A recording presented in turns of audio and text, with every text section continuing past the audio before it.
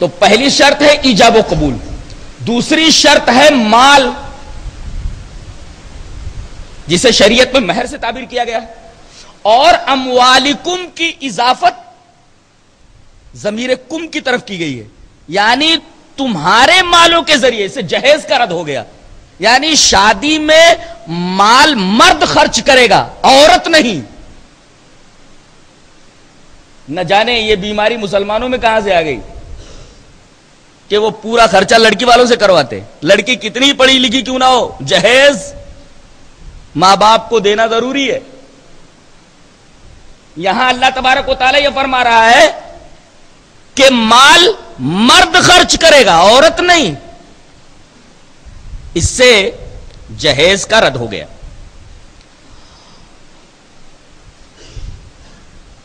تیسری شرط محسنین غیر مصافحین،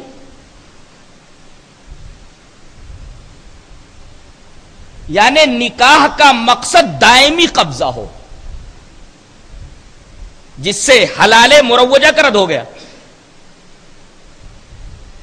حلال مروجہ میں کیا ہوتا ہے؟ ایک آدمی جذبات میں آ کر کے اپنی بیوی کو ایک مجلس میں 3 طلاق دے دیتا ہے، جبکہ اہل حدیثوں کے ہاں ایک مجلس کی 3 طلاق ایک ہی مانی جاتی ہے، دوسروں کے ہاں تینوں واقع ہو جاتی ہیں۔ 3 مرتبہ طلاق کے کلمات کہنے کے بعد بھی ابھی وہ عورت اس کے نکاح سے نکلی نہیں، یہ کہتے ہیں نکل گئی، اب اس کی شادی کی تیاریاں ہوتی ہیں۔ ایک آدمی کو پکڑا جاتا ہے، کہا جاتا ہے کہ اس سے شادی کر لے اور رات گزار کر کے کل صبح اس کو طلاق دے دینا۔ یہ ہے حلال مروجہ،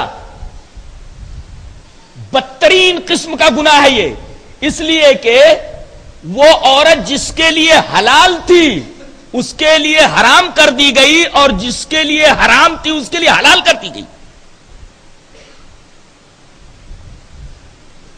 اور جس مرد سے نکاح کیا گیا اس سے شرط کر لی گئی کہ یہ نکاح جو تیرا اس عورت سے کیا جا رہا ہے یہ ہمیشہ کے لیے نہیں ہے، بلکہ کل تجھے اس کو طلاق دینی ہے، اور احسان کی حقیقت یہ ہے کہ دائمی قبضہ ہو۔ آپ اس نیت سے شادی نہ کر رہے ہوں کہ میں اسے کل طلاق دے دوں گا، پرسوں طلاق دے دوں گا، 10 دن کے بعد طلاق دے دوں گا۔ تو محسنینہ سے یہ مسئلہ معلوم ہوا کہ نکاح کا مقصد دائمی قبضہ ہو، ایجاب و قبول، مہر، اور تیسرے دائمی قبضہ، چوتھے غیر مصافحین، صرف مستی نکالنا مقصود نہ ہو، متاع کا رد ہو گیا۔ متاع سمجھتے کسے کہتے ہیں؟ کئی شہروں میں ایسا ہو رہا ہے، عرب کے لوگ آتے ہیں، باقاعدہ دلال رہتے ہیں، 10 دن کے لیے شادی کرتے ہیں، 10 دن کے بعد طلاق دے کر کے چلے جاتے ہیں۔ حرام ہے یہ، اس لیے کہ قرآن حکیم نے کہا غیر مصافحین، مستی نکالنا مقصود نہ ہو۔ یہاں ایک تو دائمی قبضہ نہیں ہوا، 10 دن کے بعد طلاق دینا مقصود ہے، دائمی قبضہ مقصود نہیں ہے، اور یہاں مستی نکالنا مقصود ہے۔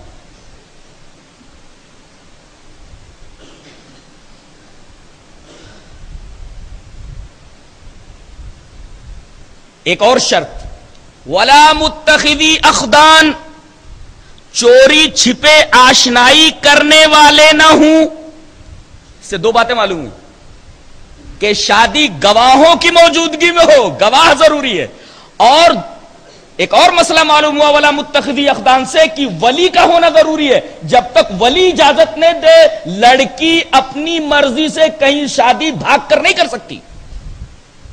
باپ ولی ہے، باپ موجود نہ ہو، بیٹا ولی ہے، تو جب تک ولی اجازت نہ دے لڑکی اپنی مرضی سے کہیں دوسری جگہ شادی نہیں کر سکتی۔ ایجاب و قبول پہلی شرط، مہر دوسری شرط، دائمی قبضہ تیسری شرط، گواہ چوتھی شرط، ولایت پانچویں شرط۔ یہ 5 شرطیں جب پائی جائیں تب نکاح وجود میں آئے گا. اور ولا متخذی اخدان سے ایک نقطہ اور معلوم ہوا کہ چوری چھپے کوئی مرد آشنائی نہ کرے، یعنی کوئی گرل فرینڈ نہ بنائے. اور چھٹے پارے کے اندر ہے ولا متخذات اخدان، لڑکیاں بوائے فرینڈ نہ بنائیں. چھٹے پارے میں ولا متخذات ہے، عورتوں کو خطاب کر کے کہا گیا ہے، مؤنث کا صیغہ استعمال کیا گیا، اور یہاں مذکر کا ہے. لڑکے گرل فرینڈ نہ بنائے، جائز نہیں ہے. چھٹے پارے میں ولا متخذات اخدان، لڑکیاں بوائے فرینڈ نہ بنائے، حرام ہے.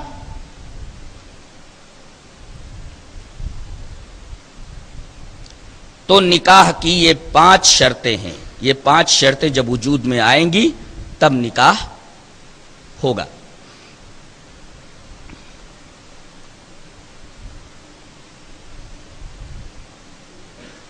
اس کے بعد ایک حکم دیا جا رہا ہے، یا ایھا الذین آمنوا لا تاکلوا اموالکم بینکم بالباطل.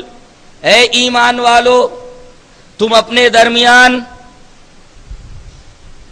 اپنے مالوں کو باطل طریقے سے مت کھاؤ. الا ان تکون تجارتا عن تراض منکم، باہمی رضامندی سے تجارت ہو تو تم مال کھا سکتے ہو. باطل کے ذریعے مال مت کھاؤ. اس میں سارے حرام دھندے آ گئے. سود حرام، رشوت حرام، ڈاکہ حرام ہے، چوری حرام، غصب کر کے مال لے لینا، کسی کی زمین ہڑپ لینا حرام، دھوکہ دے کر کے مال حاصل کر لینا حرام. باطل کے دائرے میں یہ تمام کے تمام حرام دھندے آ گئے. باطل طریقے سے مال مت کھاؤ.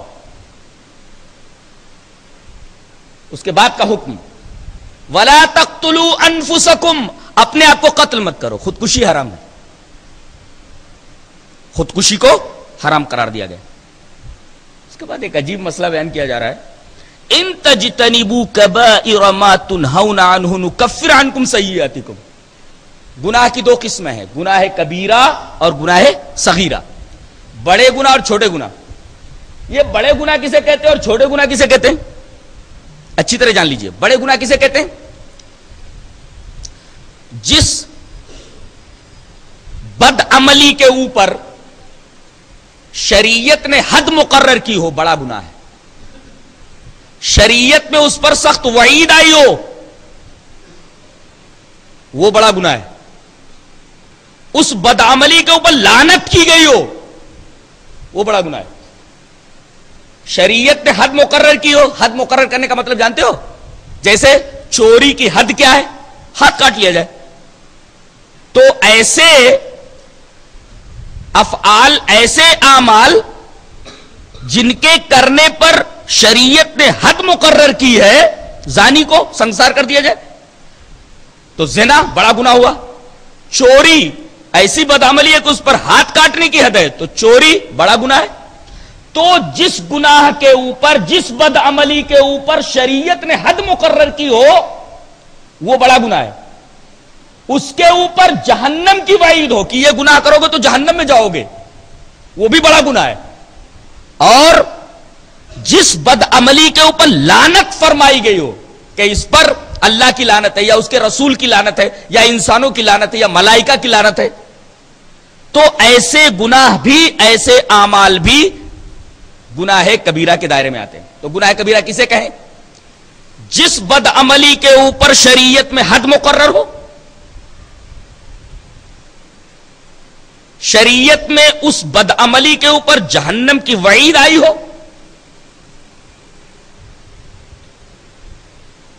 یا لعنت فرمائی گئی ہو. یہ 3 چیزیں اگر پائی جائیں تو وہ گناہ کبیرہ ہے. بقیہ اس کے علاوہ جو ہے سب گناہ صغیرہ ہیں. اب گناہ صغیرہ کو آپ نے سمجھ لیا، گناہ کبیرہ کو آپ نے سمجھ لیا. اب اس آیت کے اندر کیا بات بتائی جا رہی ہے وہ میں بتانا چاہ رہا. ان تجتنبوا کبائر ما تنہون عنہ نکفر عنکم سیئاتکم. اگر تم بڑے بڑے گناہوں کے ارتکاب سے اپنے آپ کو بچاتے رہو گے تو چھوٹے چھوٹے گناہ ایسے ہی معاف ہوتے رہیں گے بغیر توبہ کیے. اللہ اکبر. اپنے آپ کو اگر بڑے بڑے گناہوں سے روکے رکھو گے تو چھوٹے چھوٹے گناہ ان بڑے بڑے گناہوں کے ارتکاب سے رکنے کی وجہ سے معاف ہو جائیں گے. آپ کو ان گناہوں کے بارے میں فکر کرنے کی ضرورت نہیں ہے اگر آپ بڑے بڑے گناہوں سے بچ رہے ہیں. اور ایک نکتہ یہی اور معلوم ہوا کہ اگر آپ بڑے بڑے گناہوں سے نہیں بچ رہے ہیں تو وہ جو چھوٹے چھوٹے گناہ ہیں نا ان کے بارے میں بھی اللہ تبارک و تعالیٰ قیامت کے دن حساب لے گا اور سخت سزا دے گا.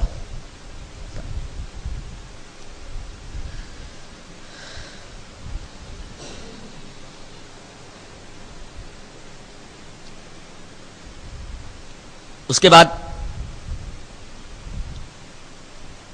یہ بتایا جا رہا ہے کہ مرد عورتوں کے اوپر حاکم ہیں، سسٹینر ہیں، پرووائڈر ہیں، قوام ہیں، کچھ بھی کہہ لو. آیت یوں ہے الرجال قوامون علی النساء. مرد حاکم ہیں عورتوں کے اوپر. آج معاملہ الٹا ہے، عورتیں حاکم ہیں مردوں کے اوپر.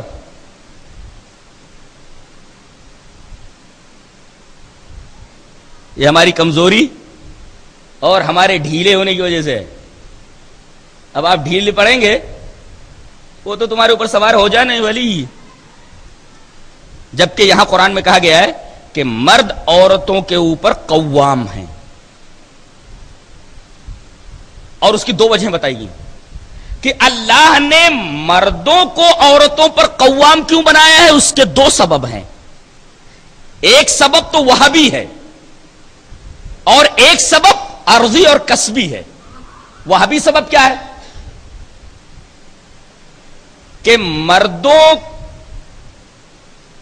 کی ساخت دیکھیے اور عورتوں کی ساخت دیکھیے، دونوں کی ساخت میں بہت فرق ہے. مرد عورت کے مقابلے میں طاقتور ہے اور عورت مرد کے مقابلے میں کمزور ہے. اب بتائیے طاقتور کو کمزور کا قوام بنایا جاتا ہے یا کمزور کو طاقتور کے اوپر قوام بنایا جاتا ہے؟ یہ عجیب بات ہے کہ کمزور آج طاقتور کے اوپر قوام بنی بیٹھی ہے.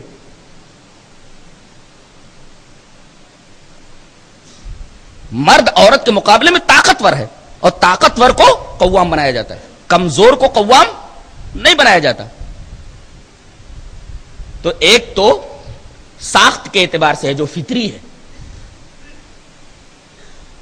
اس وہابی صلاحیت کی وجہ سے اللہ تبارک و تعالیٰ نے مردوں کو عورتوں کے اوپر قوام بنایا. دوسری وجہ، دوسرا سبب کہ مرد اس کے اوپر اپنا روپیہ خرچ کرتا ہے، اس کی ضروریات زندگی کی تکمیل کرتا ہے، باہر سے کما کر کے لاتا ہے، اس کے اوپر خرچ کرتا ہے. یہ سبب کسبی ہے. ان دو وجہوں کی بنا پر، دو اسباب کی بنا پر مردوں کو اللہ تعالی نے عورتوں پر قوام بنایا ہے. اب عورتیں اگر یہ اعتراض کریں کہ اس میں تو ہماری کسر شان ہے تو ہم یہ کہیں گے کہ اس میں آپ کی کسر شان نہیں ہے، بلکہ اللہ تبارک و تعالی نے کائنات کے نظام کو، سسٹم کو چلانے کے لیے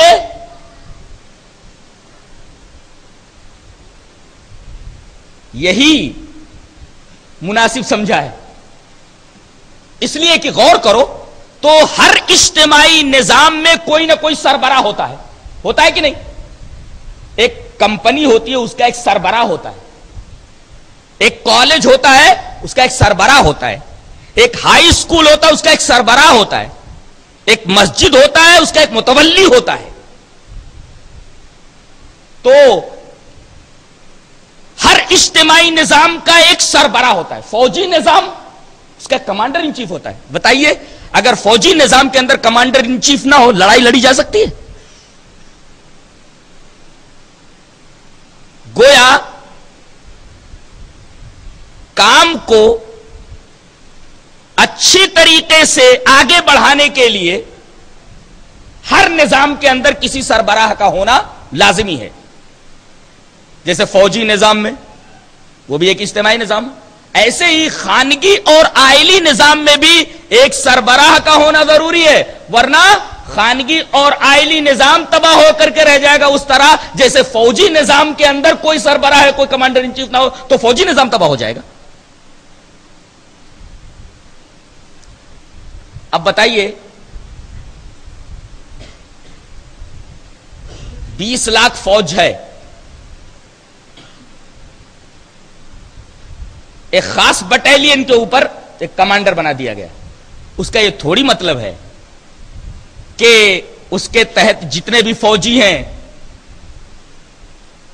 سب کے سب اس سے کم درجے کے ہیں. نہیں، بلکہ مطلب یہ ہے کہ لڑائی لڑنے کے لیے ایک کا سربراہ ہونا ضروری ہے. یہاں برتر اور کمتر کا معاملہ نہیں ہے، بلکہ اس نظام کو چلانے کے لیے ایک سربراہ کی ضرورت تھی، لہذا ایک کو سربراہ بنا دیا گیا. ایسے ہی خانگی اور آئلی نظام کو منظم طریقے سے چلانے کے لیے ضروری تھا کہ عورت اور مرد میں سے کسی کو قوام بنایا جاتا. دیکھا یہ گیا کہ مرد زیادہ طاقتور ہے، اسی کو قوام بنا دیا گیا. جیسے ہر آدمی کو کمانڈر ان چیف نہیں بنایا جاتا، جو عقل میں ہمت میں سب سے اعلیٰ ہوتا ہے اسی کو بٹالین کا کمانڈر بنایا جاتا ہے، جس کے پاس وہ صلاحیت ہوتی ہے. مرد کے پاس بھی وہ صلاحیت تھی قوام بننے کی، اللہ تبارک و تعالیٰ نے آئلی زندگی اور خانگی زندگی میں اسی صلاحیت کی بنا پر اس کو قوام بنا دیا. تو یہ عین فطرت کے مطابق ہے، اس میں عورتوں کی کسر شان نہیں. اس کو ایک مثال سے واضح کروں. بتائیے پورے بدن میں سب سے اعلیٰ مقام کس عضو کو حاصل ہے، اور پورے بدن کا سربراہ کون ہے؟ سر. پورے بدن کا سربراہ سر ہے، اور پورے بدن میں سب سے اعلیٰ مقام سر کو حاصل ہے.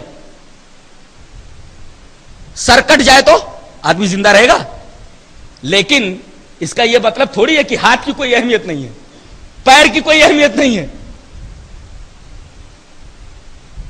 اسی طریقے سے پیٹ کی کوئی اہمیت نہیں ہے، دل کی کوئی اہمیت نہیں ہے. ہر عضو کی اپنی جگہ ایک اہمیت ہے. ہاں، سر کو سربراہ مقرر کر دیا گیا بدنی نظام کو چلانے کے لیے. اس کو بھی ایک اجتماعی نظام فرض کر لیجئے، اس کا ایک سربراہ سر کو مقرر کر دیا گیا ہے. تو اس کا یہ مطلب نہیں ہے کہ سر کو اگر اعلیٰ مقام پر رکھ دیا گیا ہے تو اس سے نیچے جو ہیں ہاتھ اور پیروں کی کوئی اہمیت نہیں ہے. یہاں برتر اور کمتر کا کوئی معاملہ ہی نہیں ہے، بلکہ ایک نظام کو چلانے کے لیے یہ ضروری تھا کہ کسی کو سربراہ مقرر کیا جاتا. ایک سوال اور یہاں کیا جاتا ہے کہ جب ترکہ تقسیم کیا جاتا ہے تو لڑکے کو 2 حصہ دیا جاتا ہے، لڑکی کو 1 حصہ دیا جاتا ہے. یہ بھی ہماری توہین ہے اور ہمارے ساتھ انصاف نہیں ہے. جواب دیتا ہوں. اعتراض کیا ہے عورتوں کا؟ کہ لڑکوں کو 2 حصہ دیا جاتا ہے، لڑکی کو 1 ہی حصہ دیا جاتا ہے.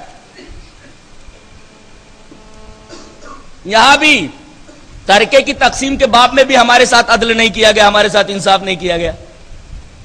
قرآن حکیم جواب دیتا ہے کہ تمہارے ساتھ بالکل انصاف کیا گیا ہے. کیوں؟ اس لیے کہ تمہارا باپ مرا، 1.5 لاکھ چھوڑ کر کے مرا، 1 لاکھ لڑکے نے لے لیا، 50,000 تمہیں مل گیا. یہ تمہارا 50,000 یہ بینک بیلنس ہے، تمہارا ایک جگہ رکھا ہوا ہے. اس لیے کہ اب تیری شادی جہاں ہوگی تجھے ایک پیسہ تھوڑی خرچہ کرنا ہے، تیری پوری کی پوری کفالت کی ذمہ داری تیرے شوہر کے اوپر ہے. یہ 50,000 تو تیرا ایک طرف رکھا ہوا ہے، اس بیچارے کو جو 1 لاکھ ملا ہے اسے پتا نہیں کہاں کہاں خرچ کرنا ہے. تو تیرے باپ سے جو تجھے 50,000 ملا وہ تو تیرا نفع کا ہے. اس لیے کہ جب تیری شادی ہوگی اور تو اپنے شوہر کے یہاں جائے گی تو تیرے اوپر، تیری ضروریات زندگی کے اوپر خرچ تیرا شوہر کرے گا، تجھے خرچ نہیں کرنا ہے. اور پھر تیرا شوہر مر جائے تو اس کے ترکے میں بھی تجھے ملنے والا ہے.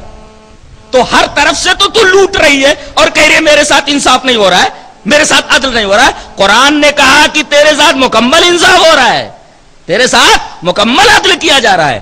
یہ تیری خام خیالی ہے، تیری بھول ہے کہ تیرے ساتھ انصاف نہیں کیا جا رہا ہے. اگر ایسا کر دیا جاتا کہ لڑکی کو کمزور سمجھ کر کے 2 حصہ دے دیا جاتا، لڑکے کو 1 حصہ، اگر الٹا کر دیا جاتا تو لڑکے کے اوپر یقیناً ظلم ہوتا. اس لیے کہ ایک تو اسے آدھا حصہ ملا، دوسرے لڑکی آ رہی ہے اس کے عقد میں جو بیوی بن کر کے، اس کے اوپر بھی بیچارہ خرچ کر رہا ہے. اگر الٹا ہوتا تو یہ قرین انصاف نہیں تھا، قرین عدل نہیں تھا.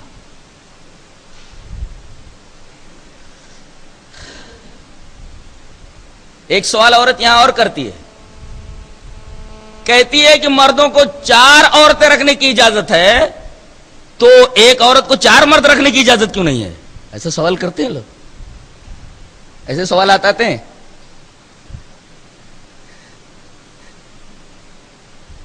جواب اس کا یہ ہے کہ یہ بھی تیرے ساتھ احسان کرتے ہوئے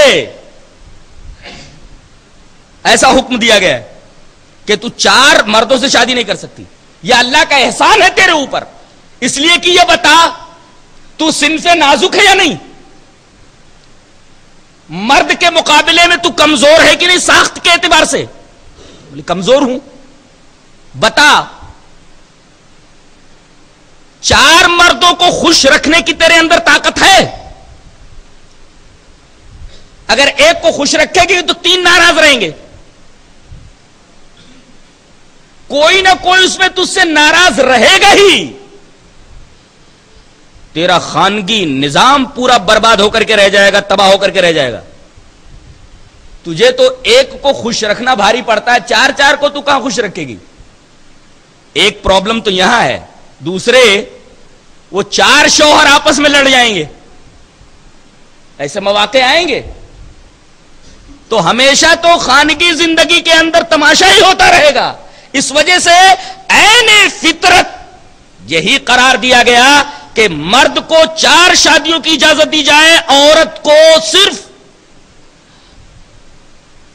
ایک ہی کے عقد میں رہنے کی اجازت دی جائے. یہ عین فطرت ہے. اور دوسرے 4 مردوں سے اگر اس نے شادی کر لی، بچہ پیدا ہوا، لڑکا یا لڑکی، اب اس کی کفالت کی ذمہ داری کا معاملہ ہے. کون اٹھائے گا؟ بچہ کس کا؟ کیسے پتا چلے گا؟ نسب کی بات سامنے آ جائے گی جس کا معلوم کرنا انتہائی مشکل ہوگا.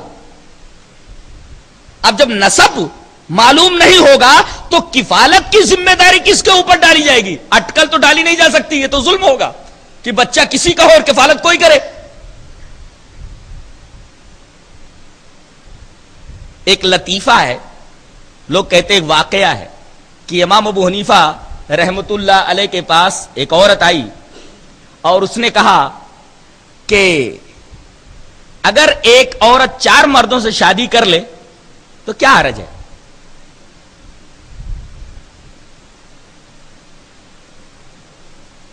تو ان کی بیٹی نے ایک جواب دیا تھا، ایک بیٹی نے ان کی جواب دیا تھا.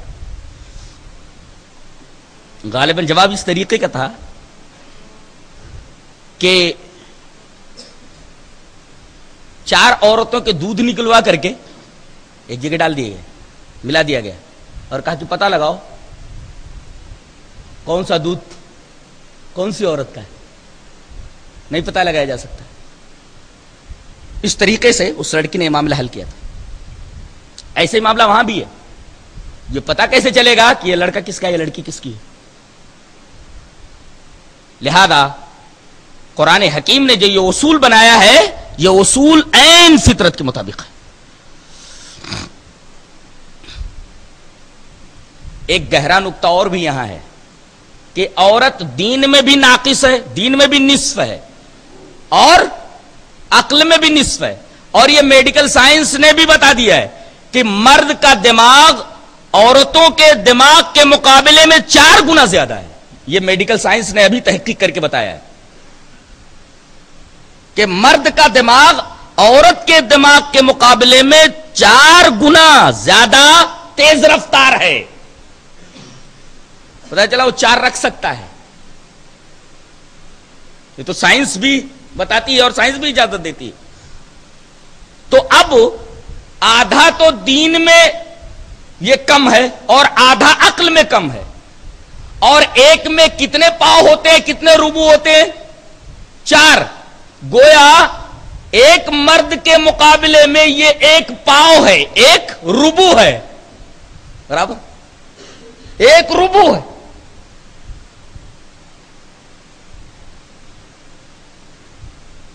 لہذا مرد 4 رکھ سکتا ہے, عورت نہیں. اس کے بعد یہ بتایا گیا کہ شادی ہو گئی, مرد کو قوام بنا دیا گیا اس کی فطرت کے مطابق. جہاں 4 برتن ہوتے ہیں وہاں کھنک ہوتی ہی ہے, اٹھا پٹک ہوتی ہی ہے, آواز آتی ہی ہے. تو اس مسئلے کا حل کہ معاشرتی زندگی میں کبھی کوئی انبن ہو جائے تو کیا کیا جائے؟ مرد جذبات میں آ کر کے فوراً طلاق طلاق طلاق بول دیتا ہے اور پھر بعد میں پچھتاتا ہے. قرآن حکیم نے اس کا طریقہ بتایا ہے کہ دل برداشتہ ہو کر کے عورت کی بد اخلاقی, عورت کی بدصورتی یا کوئی بھی چیز جو انبن کا باعث بنے, اس کی وجہ سے تم جذبات میں آ کر کے فوراً طلاق مت دو, بلکہ اس کا ایک طریقہ ہے. پہلے کیا کرو؟ فعظوہن, ان کو سمجھاؤ. یہ پہلا اسٹیپ ہے. پہلا اسٹیپ طلاق طلاق طلاق نہیں ہے, پہلا اسٹیپ بتائے گا فعظوہن, انہیں سمجھاؤ. سمجھانے کے بعد نہ مانے تو دوسرا اسٹیپ وہجروہن فی المضاجع, ان کے بسترے رکھ کر دو. اس کے بعد بھی نہ مانے تو وضربوہن, تو انہیں مارو. کیسی مار؟ حدیث میں بتائی گئی ہے کہ وہ مار کیسی ہونی چاہیے, ایسی نہیں جو ہڈیوں کو توڑ دینے والی ہو. اٹھا لیتے ہیں ڈنڈا اور پوری طریقے سے پیٹنے لگتے ہیں جیسے گدھے کو پیٹا جاتا ہے. قطعاً نہیں, ایسی مار کی اجازت نہیں ہے, اور نہ تو اس کے چہرے کے اوپر آپ مار سکتے ہیں. ایسی مار جو توڑ پھوڑ والی نہ ہو, جیسے ایک استاذ لڑکا سبق نہ یاد کر سکے تو تادیباً 2-4 چھڑیاں اسے رسید کر دیتا ہے. اس طریقے کی مار ہونی چاہیے تادیب کے لیے. لیکن اس تیسرے میتھڈ کے اپلائی کے بعد بھی اگر عورت نہ مانے, پہلا میتھڈ کیا تھا؟ سمجھانا. دوسرا میتھڈ کیا تھا؟ بستر الگ کر دینا. تیسرا میتھڈ کیا تھا؟ مارنا. ان تینوں میتھڈز کے اپلائی کرنے کے بعد بھی بات عورت کی سمجھ میں نہ آئے تو اب چوتھا مرحلہ کیا؟ لڑکی کی طرف سے ایک پنچ بلایا جائے اور لڑکے کی طرف سے ایک پنچ بلایا جائے. دونوں سر جوڑ کر کے بیٹھے اور وجہ نزاع کو تلاش کریں, سبب نزاع کو, سبب اختلاف کو تلاش کریں کہ آخر میاں بیوی کے درمیان انبن کی وجہ کیا ہے, میاں بیوی کے درمیان مخاصمت کی وجہ کیا ہے, میاں بیوی کے درمیان جھگڑے کی وجہ کیا ہے. جھگڑے کی وجہ تلاش کریں, جھگڑے کا سبب تلاش کریں, اور اس کے بعد اس سبب کو سامنے لا کر کے غور و فکر کریں, اختلاف دور کرنے کی کوشش کریں. ہو سکتا ہے کہ اللہ تبارک و تعالیٰ ان دونوں کے درمیان توفیق پیدا کر دے, یوفق اللہ بینہما, اللہ ان کے درمیان توفیق پیدا کر دے. لیکن یہ 4 میتھڈز اپلائی کرنے کے بعد بھی اگر بناؤ کی کوئی صورت نظر نہ آئے, دونوں میں سے ایک یا دونوں بگاڑ ہی پر آمادہ ہوں, تو پھر دونوں کو جدا کر دیا جائے. یہ طریقہ بتایا گیا ہے طلاق کا کہ جذبات میں آ کر کے فوراً طلاق مت دے دو. اس لیے کہ جب نکاح پڑھایا جاتا ہے اور ایک اجنبی مرد ایک اجنبیہ عورت کا شوہر بن جاتا ہے, ایک اجنبیہ عورت ایک اجنبی مرد کی بیوی بن جاتی ہے نکاح کے ذریعے, تو یہ ایک بندھن ہوتا ہے جسے قرآن حکیم میں میثاق غلیظ کہا ہے, مضبوط بندھن. اور مضبوط بندھن کو بس ایسے ہی توڑ دو تم نے جو وہ بندھن باندھا ہے وہ مضبوط بندھن ہے. وہ طلاق طلاق طلاق بول دیا اور بیوی نکاح سے نکل گئی, ایسا نہیں ہوتا. بلکہ اسٹیپس اللہ تبارک تعالی نے بتائے ہیں. سمجھاؤ, بسترے الگ کرو, ہلکی مار مارو تادیباً, دونوں طرف سے پنچ بٹھاؤ.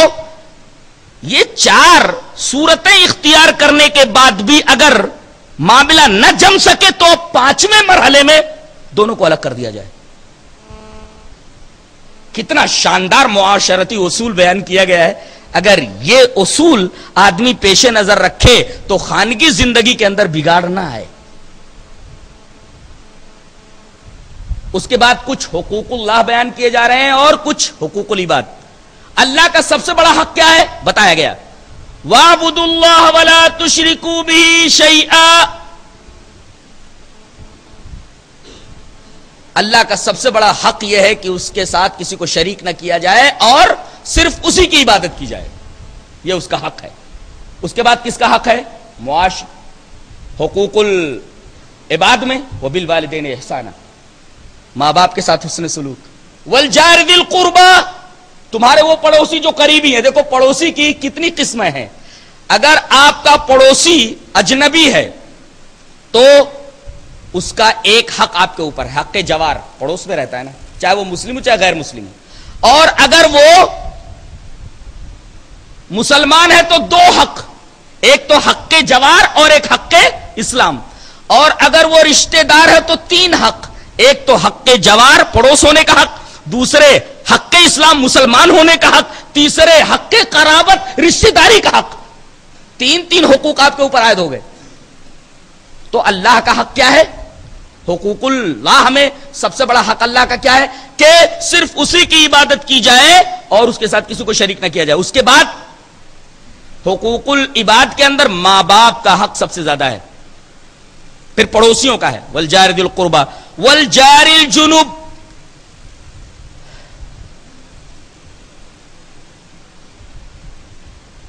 دور کا پڑوسی, وہ تینوں پڑوسیوں کے حالات میں نے بتا دیے ہیں. وہ صاحب بالجنب, اور آپ کے بغل کا ساتھی. قرآن حکیم نے وہ صاحب بالجنب کہہ کر کے کتنی وسعت پیدا کر دی ہے. بس میں آپ بیٹھے ہوئے ہیں, کوئی عورت کھڑی ہوئی ہے, آپ کھڑے ہو جائیں, آپ بیٹھیے, چاہے وہ غیر مسلم ہو چاہے مسلم ہو, بیٹھو. آپ کے ساتھ میں بس میں یا گاڑی میں کوئی بیٹھا ہوا, اسے کوئی تکلیف ہو گئی تو آپ کا فرض بنتا ہے کہ آپ اس کی مدد کریں, اس کا تعاون کریں, اگرچہ وہ آپ کے لیے اجنبی ہے.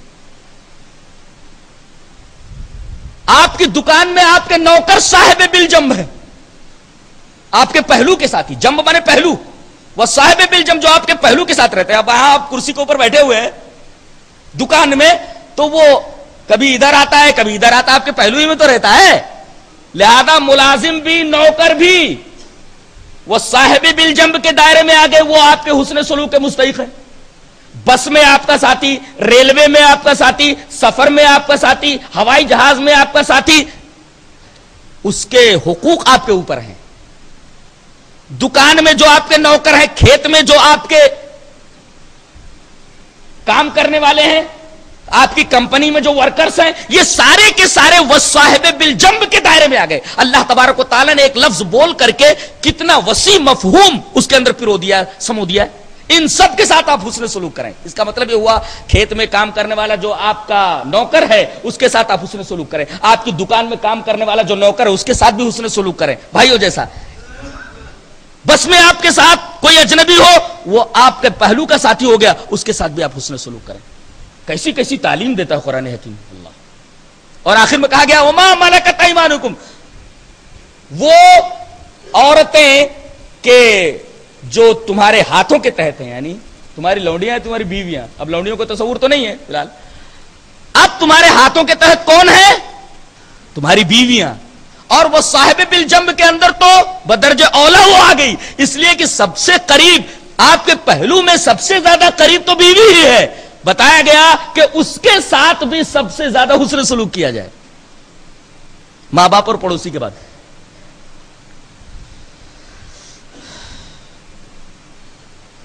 اس کے بعد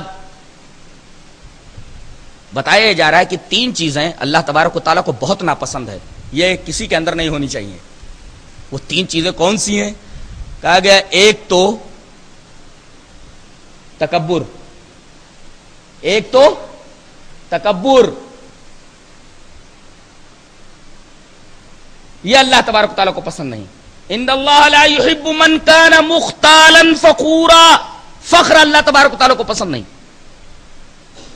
اور دوسری چیز کیا ہے؟ بخل، بخیلی. ایک تو فخر پسند نہیں ہے اور دوسرے بخیلی پسند نہیں ہے. بخیلی جانتے ہو کسے بولتے ہیں؟ اپنی حیثیت کے مطابق اپنے بیوی بچوں کے اوپر خرچ نہ کرے، بخیل ہے وہ. کماتا ہے 10,000 روپیہ، بیوی کو پکڑا دیتا ہے 2,000 میں مہینہ بھر چلا لینا ہے. اپنی حیثیت کے مطابق بال بچوں کے اوپر خرچ نہ کرے، وہ بخیل ہے. اور وہ آدمی بھی بخیل ہے کہ اللہ کے راستے میں کچھ دینے کے لیے اس کا ہاتھ نہ نکلے، وہ بھی بخیل ہے. اپنی حیثیت کے مطابق اپنے بال بچوں پر نہ خرچ کرے، وہ بھی بخیل. اور اللہ کے راستے میں دینے کے لیے اس کا ہاتھ نہ بڑھے، وہ بھی بخیل. تو اللہ تبارک تعالیٰ کو ایک کو فخر ناپسند ہے اور دوسرے بخیلی ناپسند ہے.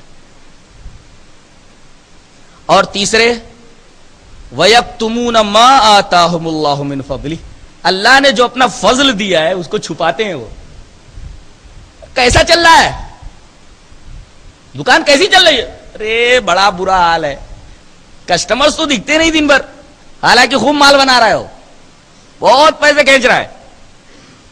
اور اللہ کے اس فضل کو چھپا رہا ہے جو اللہ اسے دے رہا ہے. اللہ خوب نواز رہا ہے، خوشحال ہے لیکن کہتا ہے بہت بدحال ہوں. خوب کما رہا ہے لیکن کہتا ہے کہ بس روٹی چل رہی ہے، روٹی چٹنی کھا رہے ہیں. ارے روٹی چٹنی کا کو کھا رہا ہے، یہ جو پیسے بنا رہا ہے. تو اللہ تبارک و تعالیٰ نے جو تجھے فضل دیا ہے اس کا اظہار کر، اللہ کا شکر ہے، اچھا کما رہا ہوں. وَيَكْتُمُونَ مَا آتَاهُمُ اللَّهُ مِنْ فَضْلِهِ، اللہ تبارک و تعالیٰ نے جو فضل اسے دیا اس کو وہ چھپائے. تو یہ تین چیزیں اللہ کو سخت ناپسند ہے. پہلی چیز فخر پسند نہیں ہے، دوسرے بخل پسند نہیں ہے. الذین یبخلون ویامرون الناس بالبخل، فخر ناپسند ہے، بخل یعنی بخیلی کنجوسی ناپسند ہے. اور تیسرے اللہ خوشحال رکھے تو خوشحالی کا اظہار نہ کرے بلکہ بتائے کہ بہت بدحال ہوں. اس لیے کہ اس صورت میں بندہ اللہ کا ناشکرا بن جاتا ہے، اللہ کی ناشکری کرتا ہے اور اللہ کو اپنی ناشکری سخت ناپسند ہے. تو یہ تین چیزیں اللہ کو بہت ناپسند ہیں.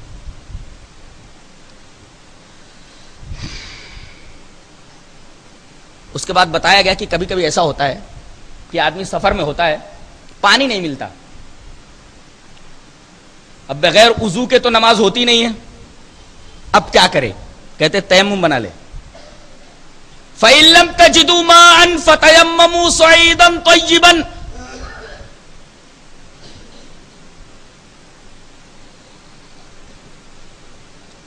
تیمم کا طریقہ کیا ہے؟ اگر آپ کو پانی نہ ملے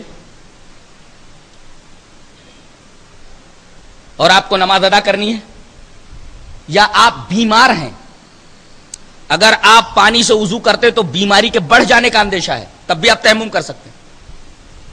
بیماری کے بڑھ جانے کا اندیشہ ہے، نہائیں اگر آپ تو بیماری بڑھ جائے، وضو بنائیں آپ تو بیماری بڑھ جائے. اس صورت میں بھی آپ کو تیمم کی اجازت ہے. باہر آپ سفر میں ہیں، پانی نہیں مل رہا ہے، تب بھی آپ کو تیمم کی اجازت ہے. تیمم کس طرح کریں گے اس کا طریقہ بتایا گیا ہے. فَتَيَمَّمُوا صَعِيدًا طَيِّبًا، پہلے تو آپ نیت کریں، اس لیے کہ حدیث میں انما الاعمال بالنیات، گنو، پہلے نیت کرنا ہے. دوسرے بسم اللہ پڑھو، پوری بسم اللہ نہیں، بسم اللہ خالی، بس بسم اللہ الرحمن الرحیم نہیں، بسم اللہ. نیت زبان سے نہیں، دل سے، اس لیے کہ نیت دل کا عمل ہے. نیت کر لیا آپ نے تیمم کی، اس کے بعد بسم اللہ پڑھیے. دو ہو گیا. سامنے پاک مٹی ہو، صعیدن طیبن، پاک مٹی کے اوپر ہاتھ ماریے، سے آپ نے ہاتھ مارا. اور اس کے بعد چوتھے نمبر پہ مٹی کو اڑا دیجئے. پانچویں نمبر پہ آپ اسے چہرے پر پھیر لیجئے. چھٹے نمبر پہ بائیں ہاتھ کی ہتھیلی کو دائنے ہاتھ کی پشت کے اوپر ہتھیلی کے پھرا لیجئے. اور اس کے بعد داہنے ہاتھ کی ہتھیلی کو بائیں ہاتھ کی ہتھیلی کی پشت پر پھرا لیجیے. یہ آپ کا تیمم ہو گیا. نیت بسم اللہ, مٹی کے اوپر ہاتھ مارا آپ نے, اور اس کے بعد مٹی جو ہاتھ میں لگی ہے پھونکنا سنت ہے, اور اس کے بعد آپ چہرے پر پھیر لیجیے. اس کے بعد ہو گیا تیمم. یہاں تک لانے کی ضرورت نہیں ہے, اور نہ ناک میں کچھ ڈالنے کی ضرورت ہے. وہ ناک میں پتہ نہیں کیا ڈالتے رہتے تو وضو تھوڑی ہے وہ, ناک میں ایسے ڈالتے رہتے. یہ ہے تیمم کا طریقہ. تیمم کا طریقہ سمجھ میں آ گیا کہ پھر سے بتاؤں؟ پہلے نیت, پھر بسم اللہ, 2 سامنے پاک مٹی ہے ہاتھ مارنا, 3 چوتھے نمبر پہ مٹی اڑانا, 5ویں نمبر پہ چہرے پر ہاتھ پھیرنا, اور اس کے بعد اس طریقے سے کر لو. آپ کا تیمم ہو گیا. اب آپ نماز ادا کر سکتے ہیں. یہ تو تیمم کا طریقہ.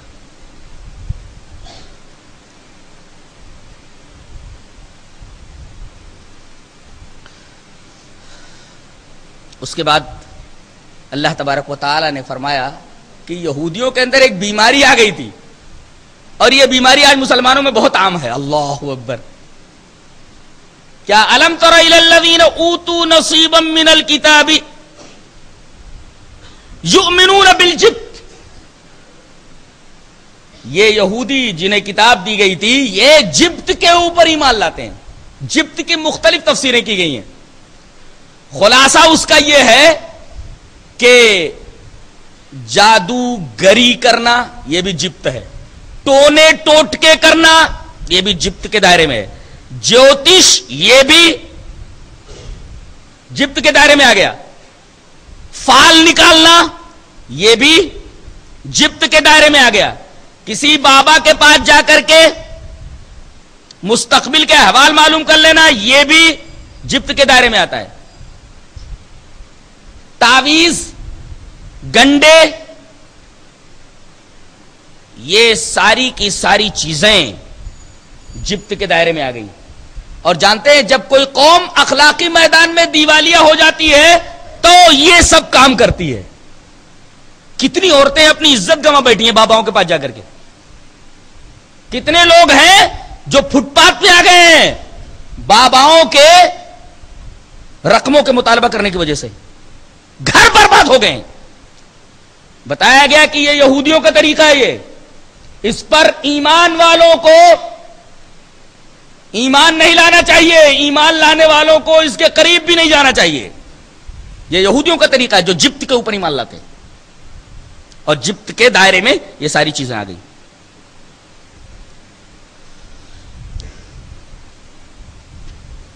اس کے بعد قصر کا مسئلہ بیان کیا جا رہا ہے. اگر آپ مقیم ہیں, اپنی بستی میں ہیں, اپنے شہر میں ہیں, تو آپ پوری نماز پڑھیں گے. صبح فجر کی 2 رکعت, اس کے ساتھ 2 سنت ہے, ظہر کی 4 رکعت, فجر اس کی عصر کی 4 رکعت ہے, مغرب کی 3 ہے, اور عشاء کی 4 ہے. ساری جو فرض نمازیں آپ پوری پوری پڑھیں گے. لیکن اگر آپ سفر میں جائیں تو جو 4 رکعت والی نمازیں ہیں انہیں 2 کر کے پڑھیے. عشاء کی نماز 2 رکعت, عصر کی نماز 2 رکعت, ظہر کی نماز 2 رکعت. جو 4 ہیں انہیں 2 پڑھیے. سفر میں نماز جو 4 رکعت ہوتی ہے وہ ہاف ہو جاتی ہے. بقیہ 3 جو ہیں وہ 3 ہی پڑھنا ہے آپ کو, 2 ہیں جو وہ 2 ہی پڑھنا ہے. سفر کسے کہتے ہیں وہ سمجھ لیں. آپ کی بستی کی جو حد ہے, بستی کی حد سے اگر آپ 12 کلومیٹر جا رہے ہیں تو بستی کی حد جہاں ختم ہوتی ہے وہاں سے آپ کا سفر شروع ہوتا ہے. جیسے آپ اپنی بستی کی حد سے نکلے, یا آپ کی بستی کی حد ہے, یہاں آپ پہنچ گئے, اور یہاں سے آپ آگے بڑھے, عصر کی نماز کا وقت ہو گیا تو آپ 2 رکعت پڑھیں گے. شرط یہ ہے کہ آپ کا یہ سفر 12 کلومیٹر تک کا ہو. نبی کریم صلی اللہ علیہ وسلم کی ایک حدیث مسلم شریف کے اندر موجود ہے کہ کانا رسول اللہ صلی اللہ علیہ وسلم اذا خرج مسیرت ثلاثت امیال او ثلاثت فراسخ صلی رکعتین، رواہ مسلم، کہ نبی کریم صلی اللہ علیہ وسلم جب سفر میں جاتے اور آپ 3 میل کا سفر کرتے یا 3 فرسخ کا سفر کرتے، صحبت الشاک، یعنی اس میں جو راوی ہے شعبہ انہیں شک ہے کہ آپ 3 میل جاتے تھے تو سفر کرتے تھے کہ 3 فرسخ جاتے تھے تو سفر کرتے تھے. اب ان میں متعین کیا ہے، 3 فرسخ یا 3 میل؟ متعین ہے 3 فرسخ. کیوں؟ اس لیے کہ اوالی مدینہ، مدینہ کا جو اوپر کا حصہ ہے اس وقت جسے اوالی مدینہ کہا جاتا تھا، وہاں سے لوگ نماز پڑھنے کے لیے مسجد نبوی میں آتے تھے اور 4 میل رہتا تھا اوالی مدینہ، لیکن کبھی انہوں نے قصر نہیں کیا. اس کا مطلب یہ ہے کہ 3 میل کا جو معاملہ ہے وہ صحیح نہیں ہے. 3 فرسخ متعین ہو گیا، یعنی 12 کلومیٹر. 12 کلومیٹر اگر آپ سفر میں ہیں، جا رہے ہیں، تو بستی کی حد سے جیسے ہی آپ آگے بڑھیں گے آپ قصر کرنا شروع کر دیں، اور جتنے دن آپ سفر میں رہیں آپ قصر کر سکتے ہیں. بعض لوگ کہتے ہیں کہ اگر کہیں 4 دن ٹھہرنے کا ارادہ ہو تو پوری نماز پڑھیے 4 دن کے بعد. بعض روایتوں کے اندر آتا ہے اگر آپ کو کہیں 19 دن ٹھہرنا ہے تو 19 دن آپ پوری نماز قصر نماز پڑھیں، اس کے بعد پوری نماز پڑھیں. لیکن میں جہاں تک سمجھتا ہوں صحیح یہ ہے کہ جب تک آپ سفر میں ہیں اور اپنے گھر آپ نہیں لوٹے تب تک آپ مسافر ہیں، آپ آدھی نماز 4 والی پڑھ سکتے ہیں، اجازت ہے. حدیث میں اس طرح بھی آیا ہے کہ آپ واپس لوٹے اور ابھی بستی کی حد کے اندر نہیں آئے، بستی کی حد کے باہر ہیں اور آپ کا گھر آپ کو دکھ رہا ہے وہاں سے، اور عصر کی نماز کا وقت ہو گیا، تب بھی آپ قصر ہی کریں گے، اس لیے کہ آپ بستی کی حد میں نہیں آئے نا، بستی کی حد سے باہر ہیں. یعنی جب تک آپ بستی کی حد میں نہ آ جائیں، اگرچہ آپ کو وہاں سے آپ کا گھر دکھتا ہو، آپ قصر ہی کریں گے. یہ رہا قصر کا مسئلہ.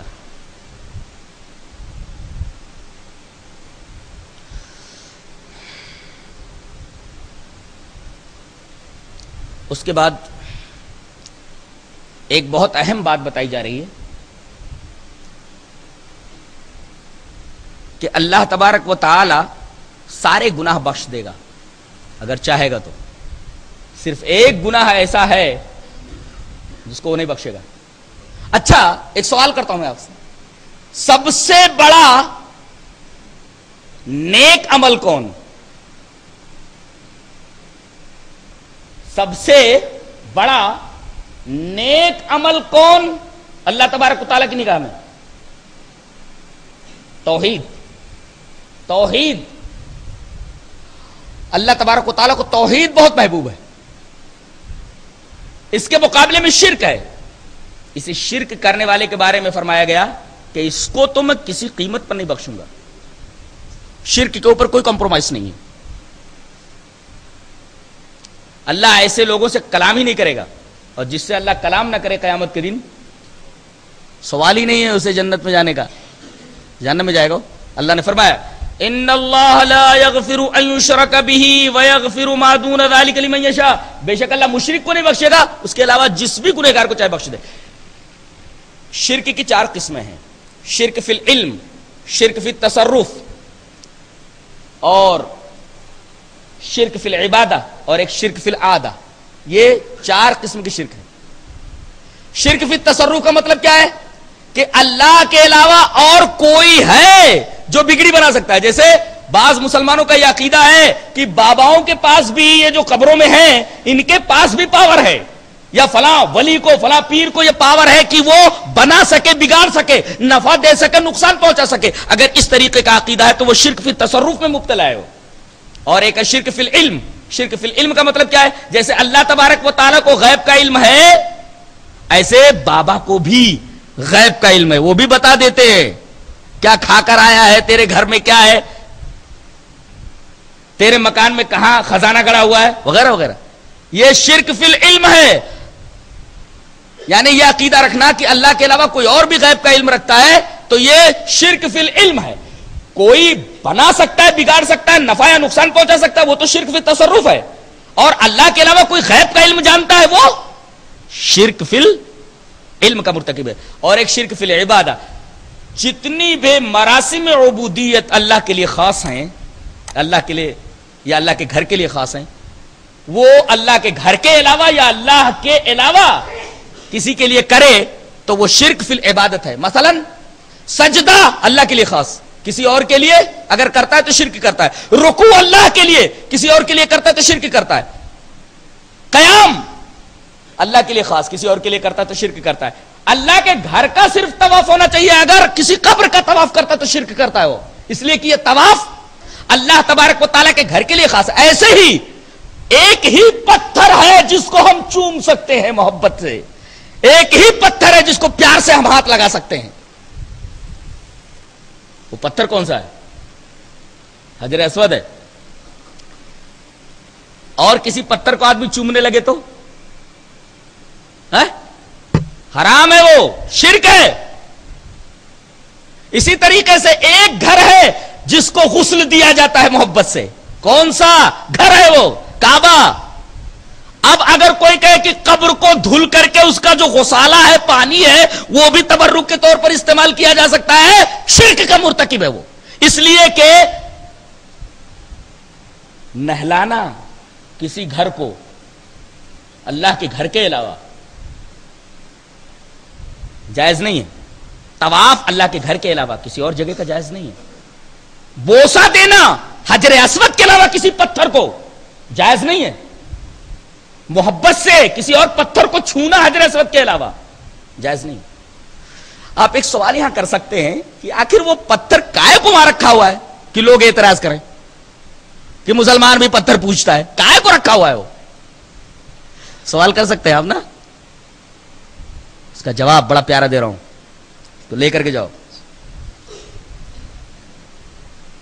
دیکھو، ہر زمانے میں عہد و پیمان کے کچھ طریقے ہوا کرتے تھے۔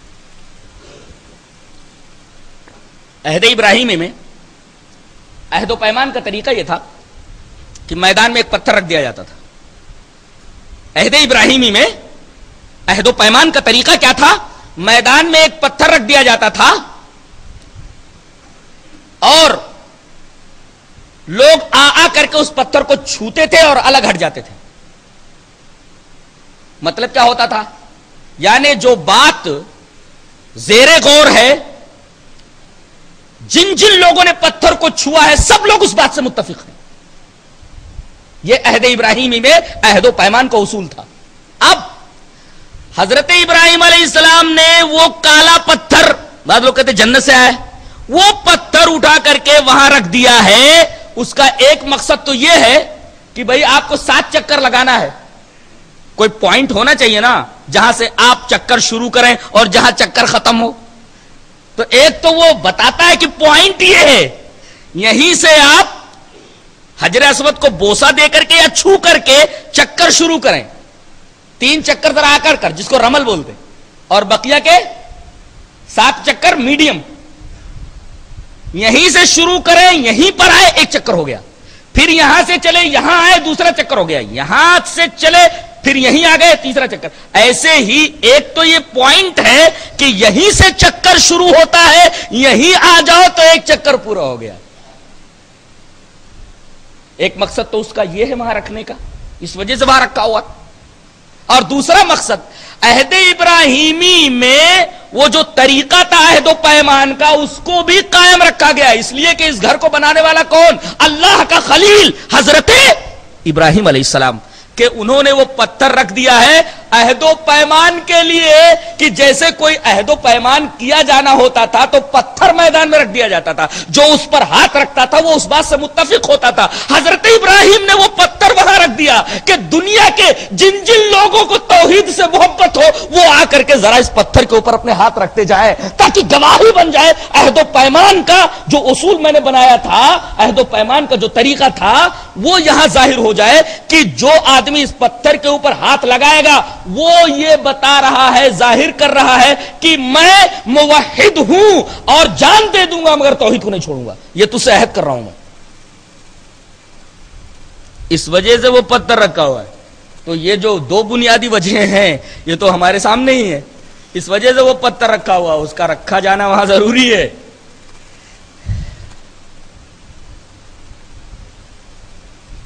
چلو ٹھیک ہے رکھا ہوا ہے، چھو رہے ہو وہ بھی سمجھ میں آ رہا ہے کہ عہد و پیمان کر رہے ہو، چوم کیوں رہے ہو بھائی یہ بھی تو سمجھ میں آنا چاہیے، چھو رہے ہو عہد و پیمان کر رہے ہو، ٹھیک ہے وہ طریقہ تھا کہ چھو لیا آپ نے تو عہد و پیمان کر لیا آپ نے، تو چھونا تو سمجھ میں آتا ہے یا چومنا سمجھ میں آتا ہے؟ ٹچنگ تو سمجھ میں آ رہی ہے، کسنگ سمجھ میں نہیں آ رہی، ٹچنگ تو سمجھ میں آ رہی ہے کہ آپ نے چھو لیا تو عہد و پیمان کر لیا، یہ بوسا کیوں دے رہے ہو؟ اس وجہ سے بوسا دے رہے ہیں ہم، اس لیے کہ اسے اللہ کے خلیل نے اپنے ہاتھوں سے چھوا ہے، اور جہاں انہوں نے ہاتھ رکھ دیا بوسا دینا ضروری ہے وہاں محبت میں، کہ ایک اللہ کے موحد نے جس نے اپنی پوری زندگی اللہ کے لیے وقف کر دی تھی، اپنے بیٹے تک کو ذبح کرنے کے لیے تیار ہو گیا تھا، اس نے اس پتھر کو ہاتھ لگایا، چومو ذرا اس پتھر کو، اس لیے کہ اللہ کے خلیل کا ہاتھ اس سے لگا ہے، اس وجہ سے چوما جاتا ہے، ورنہ چومنا بھی ضروری نہیں ہے، اگر موقع ملے تو چوم لو اور نہیں تو صرف ہاتھ اٹھا دو، عہد و پیمان ہو گیا، اللہ کے خلیل کا ہاتھ لگا اس وجہ سے چوما جاتا ہے، باقی اور کچھ نہیں اس پتھر میں۔ اور ہم اسے پرارتھنا تھوڑی کرتے ہیں، بت پرست کیا کرتے ہیں؟ اپنے بتوں سے پرارتھنا کرتے ہیں ان کا نام لے کر کے، ہم لوگ تھوڑی بولتے اے کعبہ ہماری مدد کر، ایسا بولتے ہیں کیا؟ اے حجر اسود میری مدد کر، ایسا بولتے ہیں کیا؟ اس کا مطلب یہ ہوا کہ ہم اسے پرارتھنا نہیں کرتے، شاعر میں سے ایک شاعرہ ہے اس کی تعظیم ہم کرتے ہیں، اس سے محبت کرتے ہیں۔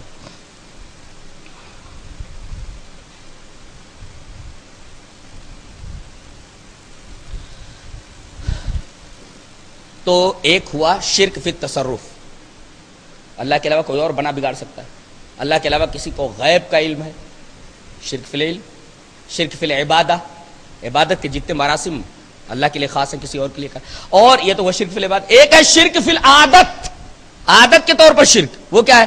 بچے کا نام حسین بخش رکھ دینا، حسین بخش یعنی حسین نے بخشا ہے، پیر بخش پیر نے بخش دیا ہے، یہ ایسے نام رکھنا یہ شرک فی العادہ ہے۔ دائیں ہاتھ کی ہتھیلی کھجلا رہی ہے، کچھ نوٹ آنے والا ہے، بائیں ہاتھ کی ہتھیلی کھجلا رہی ہے، نوٹ جانے والا ہے۔ کوا چھت کی مڈیر کے اوپر بول رہا ہے، کوے ماما بول رہے ہیں کوئی مہمان آنے والا ہے، کوے کو کیا معلوم کون آنے والا ہے؟ فلاں نچھتر سے پانی برستا ہے، یہ شرک فی العادہ ہے۔ تو یہ چاروں قسم کے شرک جو میں نے بتائے، ان میں سے کسی ایک شرک کے اندر اگر آدمی ملوث ہے تو وہ مشرک ہے، اللہ تبارک تعالیٰ اسے نہیں بخشے گا۔ ان اللہ لا یغفر ان یشرک بہ ویغفر ما دون ذلک لمن یشاء ومن یشرک باللہ فقد ضل ضلالا بعیدا۔ اس کے بعد ایک بات بڑی عجیب کہی جا رہی ہے کہ گناہ کے بھی درجات ہوتے ہیں۔ ومن یکسب خطیئۃ او اثما ثم یرمی بہ بریئا فقد احتمل بہتانا واثما مبینا۔ ایک آدمی گناہ کرتا ہے اور اسے چھپا لیتا ہے، دیکھو یہ گنہگار کی ایک قسم ہے، کیا گناہ کیا اس نے اور چھپا لیا، یہ گنہگار کی ایک قسم ہو گئی۔ اور ایک آدمی گناہ کرتا اس کا اعتراف کر لیتا کہ میں نے وہ گناہ کیا ہے، یہ گنہگار کی دوسری قسم ہے۔ اور ایک خطرناک قسم کا بڑا بدماش گنہگار ہوتا ہے، وہ کیا کرتا ہے؟ گناہ خود کرتا ہے اور دیکھتا ہے کہ میرے اوپر مصیبت آنے والی ہے تو الزام دوسرے کے اوپر لگا دیتا ہے، وَيَرْمِي بِهِ بَرِيًّا۔ تو اس کا گناہ مرکب گناہ ہے، یہ اللہ تبارک و تعالیٰ کو بہت مبغوض ہے۔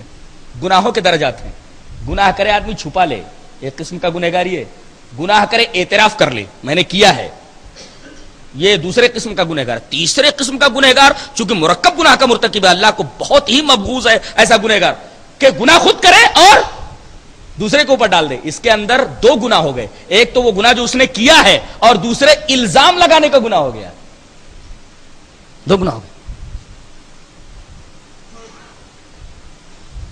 اس کے بعد یہ بتایا جا رہا ہے کہ دنیا میں بت پرستی مختلف شکلوں میں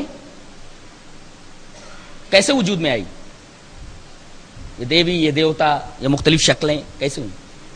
اللہ تبارک تعالیٰ نے فرمایا ان يدعون من دونه الا اناثا ان يدعون الا شیطانا مریدا، یہ اللہ کے علاوہ جن کی عبادت کر رہے ہیں اسٹیچوز بنا کر کے، یہ شیطان کی عبادت کر رہے ہیں۔ ایسا ہوا ہوگا کہ شیطان مختلف پوز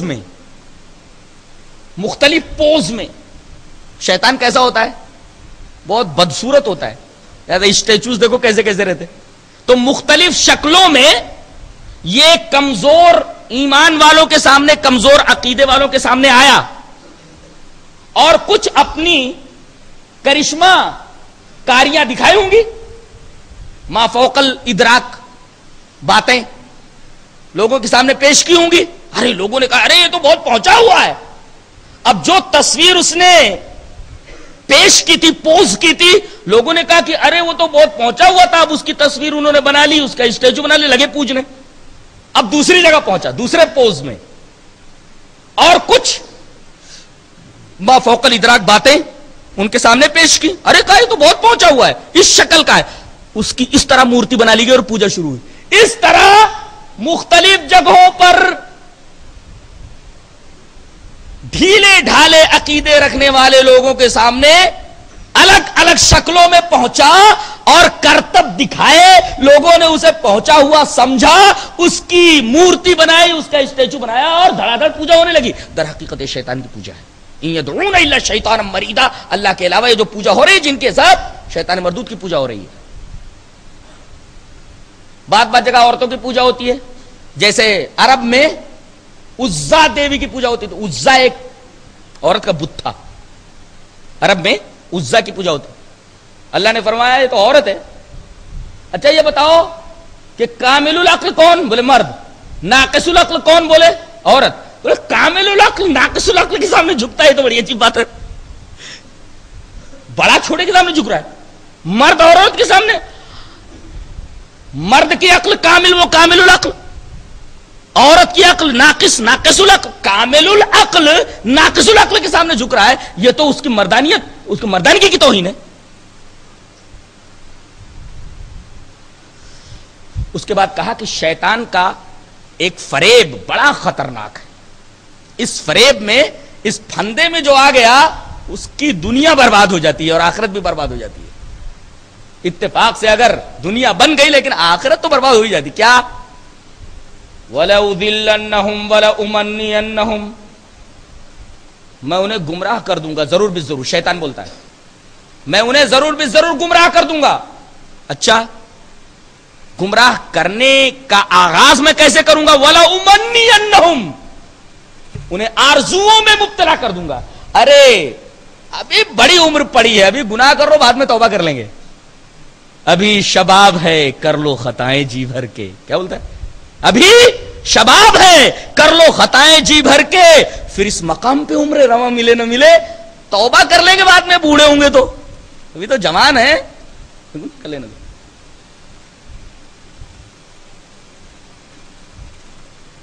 تمناؤں میں الجھا دیتا ہے. کسی شاعر نے کہا ہے تمناؤں میں الجھایا گیا ہوں. کیا؟ تمناؤں میں الجھایا گیا ہوں, کھلونے دے کے بہلایا گیا ہوں. گناہ کرتا چلا جا, بعد میں توبہ کر لینا. توبہ کی نوبت ہی نہیں آئی تو, توبہ کی توفیق ہی نہیں ہوئی تو شیطان تمناؤں میں الجھا دیتا. وَلَأُمَنِّيَنَّهُمْ, ان کو آرزوؤں میں مبتلا کر دوں گا, تمناؤں میں الجھا کر رکھ دوں گا. یہ سب سے خطرناک حربہ ہے شیطان کا, تمناؤں میں الجھا دینا. آدمی توبہ کی توفیق سے محروم ہو جاتا ہے.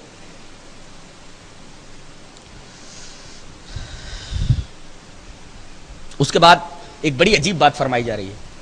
آج کل عورتوں کے ساتھ سچ مچ بہت ظلم ہو رہا ہے. ہمارے اندر بھی, مسلمانوں کے اندر بھی ہے, غیروں کے اندر بھی ہے. جہیز کی خاطر لڑکیوں کو جلا دیا جاتا ہے. اس کے لیے ہماری حکومت بڑے اچھے اچھے تدابیر کر رہی ہے, لیکن وہ معاملہ رکنے کو نہیں آ رہا ہے. اللہ تبارک و تعالیٰ نے یہاں بڑی پیاری بات کہی ہے, وَإِن يَتَفَرَّقَا يُغْنِ اللَّهُ كُلًّا مِّن سَعَتِهِ. یہ جو لڑکیوں کو جلا دیا جاتا ہے, شوہر بیوی کو جلا دیتا ہے, مقصد کیا ہوتا ہے؟ مقصد یہ ہوتا ہے کہ پھر شادی ہو, پھر جہیز آئے, اس وجہ جلا دیا جاتا ہے. یعنی پیسے کی خاطر ایک بے بس اور کمزور لڑکی کو نظر آتش کر دیا جاتا ہے, جلا دیا جاتا ہے جہیز کی خاطر. قرآن نے کہا کہ ایسے لوگ جو مال کی خاطر اپنی بیویوں کو جلا دیتے ہیں, اپنی بیویوں کے اوپر ظلم کرتے ہیں تاکہ ظلم کی وجہ سے وہ علیحدگی اختیار کرنے پر راضی ہو جائے، میں دوسری شادی کروں تاکہ دوسری جگہ سے پیسہ آئے، تو ایسے لوگ یاد رکھیں کہ ان کا خواب کبھی بھی شرمندہ تعبیر نہیں ہوگا. وہ پیسہ حاصل کرنے کی خاطر عورت پر ظلم کر رہے ہیں، در حقیقت یہ ظلم رنگ لائے گا اور وہ ہمیشہ محتاج رہیں گے. دیکھو جو جلا دیے جاتے ہیں، ماں بھی گرفتار ہوتی ہے، بیٹیاں بھی گرفتار ہو جاتی ہے، یہ حضرت بھی گرفتار ہوتے ہیں، اور نہ جانے 1 لاکھ ملنے کی امید ہوتی ہے، 10 لاکھ روپے لگ جاتے ہیں بندے کے. وَإِن يَتَفَرَّقَا يُغْنِ اللَّهُ كُلًّا مِّن سَعَتِهِ. ہاں کوئی اگر مناسب وجہ ہے تفریق کی، ٹھیک ہے جدا ہو جاؤ. اگر مناسب وجہ سے جدا ہوئے ہو تو اللہ تبارک و تعالی تمہارے مال میں کشادگی پیدا کر دے گا، تمہیں غنی کر دے گا. لیکن اگر ظلم کر کے آپ نے علیحدگی اختیار کی ہے تو تمہارا خواب کبھی بھی شرمندہ تعبیر نہیں ہوگا، تم چین سے کبھی نہیں جی سکو گے. اچھا یہ بتاؤ، پیسہ اصل ہے، پیسے سے سکون ملتا ہے؟ پیسے سے سکون نہیں ملتا. کروڑوں رکھا ہوا ہو لیکن کسی بیماری میں آدمی مبتلا ہو جائے، کروڑوں رکھ کر کے فائدہ کیا ہے؟ اصل چیز دل کا سکون ہے. اور نبی کریم صلی اللہ علیہ وسلم نے فرمایا اصل مالداری دل کی مالداری ہے، تو دل کا مالدار ہونا ضروری ہے.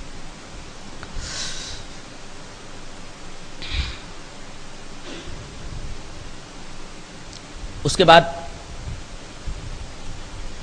ایک بڑی پیاری بات کہی جا رہی ہے، اَيَبْتَغُونَ عِندَهُمُ الْعِزَّةَ فَإِنَّ الْعِزَّةَ لِلَّهِ جَمِيعًا. کیا یہ لوگ ان کے پاس عزت چاہ رہے ہیں؟ یہ لمحہ فکریہ ہے ترکی کے لیے، یہ لمحہ فکریہ ہے شام کے لیے، یہ لمحہ فکریہ ہے عرب کے بعض ممالک کے لیے، یہ لمحہ فکریہ ہے اور بہت سارے ممالک مصر وغیرہ کے لیے، کہ یہ امریکہ کی چاپلوسی کر رہے ہیں تاکہ امریکہ کی چاپلوسی کر کے عزت حاصل کریں. اللہ فرما رہا ہے عزت یہ دیں گے، عزت تو اللہ کے پاس ہے. فَإِنَّ الْعِزَّةَ لِلَّهِ جَمِيعًا. جو ظالموں کے ساتھ حلیفانہ تعلق قائم کرتے ہیں تاکہ عزت حاصل کریں، عزت اللہ کے پاس ہے. عزت یہ نہیں دے سکتے، یہ صرف پرابلم کریٹ کر سکتے ہیں، عزت نہیں دے سکتے. اور حضرت عمر فاروق رضی اللہ تعالیٰ عنہ کا ایک قول ہے جسے امام جساس نے نقل کیا ہے کہ من اعتز بالعبید اذلہ اللہ. جو کسی بندے سے عزت حاصل کرنے کی کوشش کرے گا اللہ اسے ذلیل کر دے گا. بندے کے پاس عزت کا ہے، عزت تو اللہ کے پاس ہے. اللہ نے فرمایا قل اللہم مالک الملک تؤتی الملک من تشاء وتنزع الملک ممن تشاء وتعز من تشاء وتذل من تشاء. اللہ تبارک و تعالی جسے چاہے عزت دے، جسے چاہے ذلت دے. تو عزت اللہ کے ہاتھ میں، ذلت اللہ کے ہاتھ میں. عزت اسی کے پاس، ذلت اسی کے پاس. اس کے بعد بڑی اہم بات بتائی جا رہی ہے کہ دیکھو ایسی محفل کہیں تمہیں نظر آئے تو اس محفل میں کبھی نہیں جانا، اور اگر پہنچ گئے ہو تو چلے آنا. کون سی محفل؟ جہاں اللہ اور اس کے رسول کے قانون کا مذاق اڑایا جا رہا ہو. یستہزؤ بہا، یکفر اور یستہزؤ بہا، یا تو انکار کیا جا رہا ہو یا مذاق اڑایا جا رہا ہو. بہت ساری تقریبیں ہوتی ہیں، بہت ساری محفلیں سجائی جاتی ہیں، بہت سارے فنکشنز ہوتے ہیں. وہاں پہنچو تو عریانیت، فحاشی، مذہب بیزاری، اللہ تبارک و تعالیٰ کے قوانین سے کھلواڑ، ایسی محفلوں میں مت جاؤ. اور اگر پہنچ گئے ہو تو واپس چلے آؤ. جہاں اللہ کے قوانین کا مذاق اڑایا جائے، اللہ کے قوانین کا انکار کیا جائے.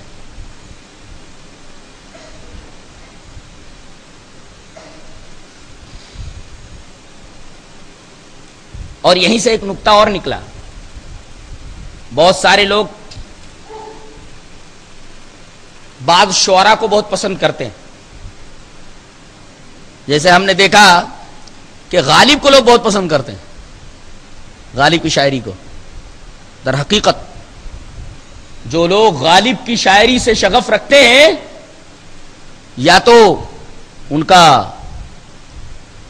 ایمان کمزور ہے یا پھر ان کا ایمان ناپید ہونے والا ہے، اس لیے کہ اس نے اپنی شاعری کے اندر جنت و دوزخ کا مذاق اڑایا ہے، فرشتوں کا مذاق اڑایا ہے،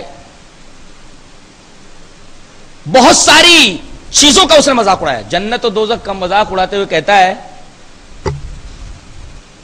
کیوں نہ جنت سے جہنم کو ملا لے یا رب۔ کیا بولتا ہے؟ کیوں نہ جنت سے جہنم کو ملا لے یا رب، سیر کے واسطے تھوڑی سی فضا اور صحیح، کیوں نہ جنت سے جہنم کو ملا لے یا رب، سیر کے واسطے تھوڑی سی فضا اور صحیح، یعنی وہاں کی بھی سیر کر لیں گے، جہنم کی بھی۔ دیکھو جہنم کا کیسا مذاق اڑایا اس نے، جنت کا مذاق اڑایا ہے۔ فرشتوں کا مذاق اڑاتے ہوئے کہتا ہے کہ پکڑے جاتے ہیں فرشتوں کے لکھے پر ناحق، پکڑے جاتے ہیں فرشتوں کے لکھے پر ناحق۔ آدمی کوئی ہمارا دم تحریر بھی تھا؟ یہ فرشتے جو بیٹھے ہوئے ہمارے نامہ اعمال لکھ رہے ایسی اپنی مرضی سے انہوں نے لکھ لیے ہیں، ہمارا آدمی کوئی گواہ تھا کیا لکھتے وقت؟ دیکھو فرشتوں کا مذاق اڑایا ہے۔ قیامت کا مذاق اڑاتے ہوئے کہتا ہے جاتے ہوئے کہتے ہو قیامت کو ملیں گے، کیا خوب قیامت کا ہے گویا کوئی دن اور۔ اس کا مطلب یہ ہوا کہ قیامت کے آنے سے پہلے اس کے بھتیجے کے مر جانے کی وجہ سے قیامت آ گئی ہے، اس نے قیامت کا مذاق اڑایا ہے۔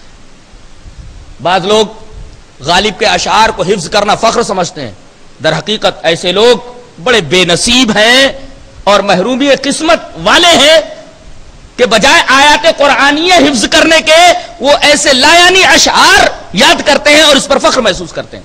انہیں اپنے ایمان پر نظر کرنی چاہیے۔ تو ایسی کتابوں سے شغف رکھنا بھی در حقیقت اللہ کے ساتھ استہزاء کیے جانے جیسا ہے۔ وہ کتاب کے اندر استہزاء کیا گیا ہے تو اس کتاب سے دور رہو۔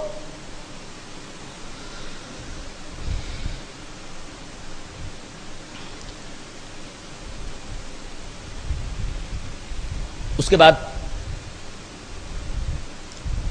یہ بتایا جا رہا ہے ما یفعل اللہ بعذابکم ان شکرتم وآمنتم وکان اللہ شاکرا علیما۔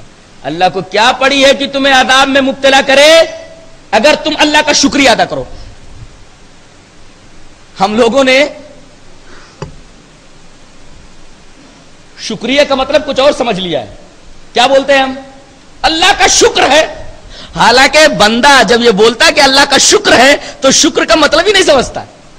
تو آج میں چاہتا ہوں کہ آپ کو شکر کا مطلب سمجھا دوں، یہ لے کر کے جاؤ آج۔ شکر کیا ہے؟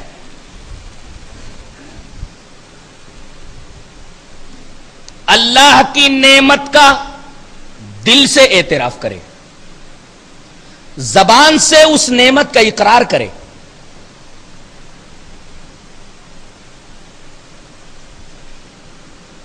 سمجھ میں آیا؟ دل سے اللہ کی اس نعمت کا اعتراف کرے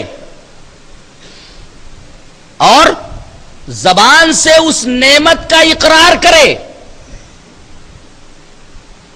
اور عمل سے اس کی فرما برداری کا ثبوت دے۔ یہ تین چیزیں ہو گئی، زبان، دل، عمل، تینوں آ گئے۔ اگر یہ بات آپ کے عمل میں پائی گئی تب تو شکر ہے۔ صرف زبان سے کہہ دینا اللہ کا شکر ہے یا اللہ کا شکریہ نہیں ہوا۔ شکریہ تین چیزوں سے مل کر کے بنتا ہے۔ ایک تو دل میں اپنے محسن کے احسان کا اعتراف کریں، دوسرے زبان سے اس کا اقرار کریں اور عمل کے ذریعے اس کی فرما برداری کا ثبوت دے تو شکر ہے یہ، ورنہ زبان سے صرف شکریہ ادا کرنا یہ کافی نہیں ہے اور اس کو شکر نہیں کہتے۔ اور اگر یہ آپ کی زندگی میں ہے تو اللہ تبارک تعالیٰ فرما رہا ہے کہ میں شکر گزار بندوں کے اوپر عذاب نہیں بھیجتا۔ ما یفعل اللہ بعذابکم ان شکرتم وآمنتم وکان اللہ شاکرا علیما۔ اللہ کو کیا پڑی ہے کہ وہ تمہیں عذاب دے اگر تم اللہ کے شکر گزار بندے بن جاؤ۔ تو شکر کا مفہوم واضح کرنا ضروری تھا تاکہ لوگوں کو یہ معلوم ہو جائے کہ شکر کی حقیقت کیا ہے۔ یہ تھا 5ویں پارے کا خلاصہ جسے آپ نے سماعت فرمایا۔ اللہ ہمیں نیک عمل اور اچھی سمجھ کی توفیق عطا فرمائے۔ وآخر دعوانا الحمدللہ رب العالمین۔